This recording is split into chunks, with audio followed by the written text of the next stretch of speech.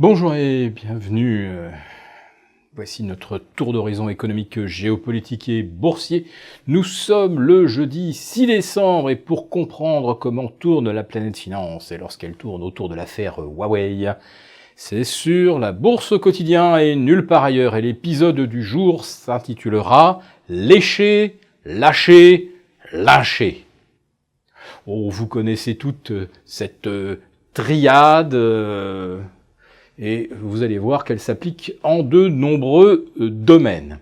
Avant d'aborder le domaine politique, d'où cette triade est issue, on va commencer quand même par les marchés financiers qui plongent littéralement ce matin et pulvérisent tous leurs supports court, moyen et même long terme, puisque l'Eurostoxx 50 qui perd 2,5%, qui plonge sous les 3075, se retrouve au plus bas deviné depuis quand? Depuis le 5 décembre. Non, pas hier. Depuis le 5 décembre 2016. Oui, on est revenu 2 ans en arrière sur l'Eurostoxx et avec en plus un signal de rupture de support majeur. Sur le CAC 40, en dessous des 4925, on est maintenant en territoire de correction. On plonge déjà vers 3820, plus de 150 points de baisse.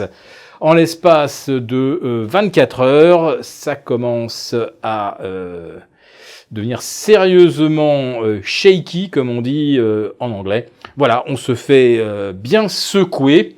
Et les actions qui étaient encensées, et pas plus tard que le 3 octobre dernier, eh bien maintenant on les a lâchées et on va peut-être pas tarder à les lyncher. Et peut-être pas parce que les actions sont trop chères maintenant, non, c'est tout simplement parce qu'on assiste à un phénomène de deleveraging. Autrement dit, on réduit les leviers, on veut réduire l'exposition au risque, et même si on n'a rien de viscéralement négatif contre des actions, on les vend simplement parce qu'on ne veut plus être exposé aux risques associés. Lécher, lâcher, lyncher, ça s'applique bien sûr aussi aux banquiers centraux. Alors, le cas de Monsieur Powell est assez édifiant. D'abord léché par Donald Trump, qui avait nommé le meilleur des meilleurs possibles, et puis qu'il a lâché lorsque Monsieur Trump a commencé à craindre que les hausses de taux n'affectent la croissance. Et ensuite, il l'a littéralement lynché en disant que plus rien ne le satisfaisait dans l'action de Monsieur Powell. Et pourquoi cherche-t-il à casser la croissance? Pourquoi gère-t-il les taux comme un idiot? Voilà.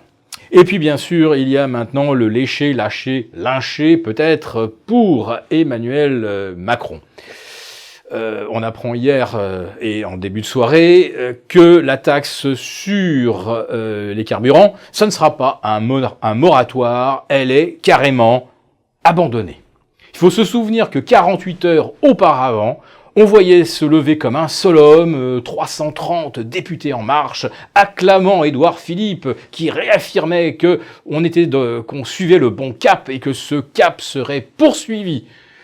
24 heures plus tard, et alors que des forces de police lancent un préavis de grève pour samedi, eh bien, le gouvernement et probablement l'Élysée capitulent.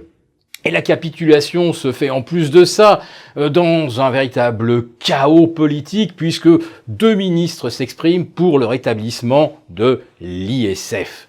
Oui, ce sont justement ceux qui payent l'ISF qui ont financé la campagne de Monsieur Macron. Certains d'entre eux possédant les groupes de presse qui encensent l'action et la personnalité de Monsieur Macron depuis son élection. Alors si ceux-là d'un seul coup voient ressurgir l'ISF, à mon avis, ils vont pas être très contents. Car le vrai danger pour Monsieur Macron ne vient pas de la rue, de quelques black blocs qu'on laisse allègrement tout casser sur leur passage afin d'avoir de belles images de chaos qui effraient le bourgeois. Monsieur Macron a beaucoup plus à craindre des financiers de la France si jamais on se rend compte qu'on ne peut plus aller plus loin dans la pression fiscale, alors comment la France refinance sa dette? Comment la garantit-elle? Et si les financiers du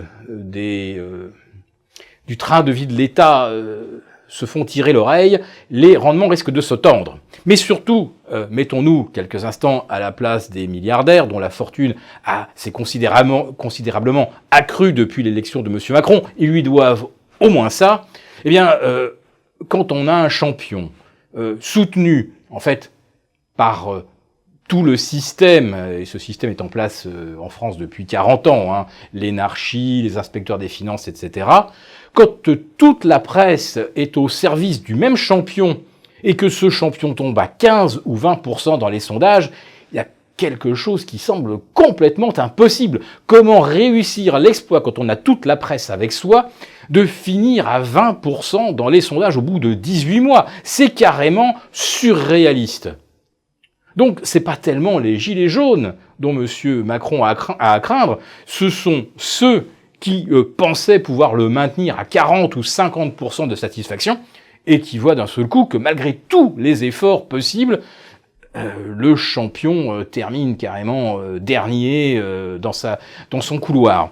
Donc, c'est peut-être là que nous pouvons commencer à anticiper de grands changements politiques en France à partir du moment où les soutiens de la première heure ne seront plus là. Et ça se verra très très vite. Vous connaissez lécher, lâcher, lyncher. Lyncher, ça sera quoi? Eh bien, des unes de magazines avec Macron, pourquoi un tel échec, pourquoi un tel chaos, pourquoi une telle incohérence au gouvernement. Quand vous verrez ces unes qui encensaient M. Macron, au contraire, s'interroger sur l'ampleur de son échec, eh bien là vous comprendrez qu'effectivement M. Macron est peut-être fini et qu'une nouvelle page politique va s'ouvrir en France. Et pas de page politique sans page économique, naturellement.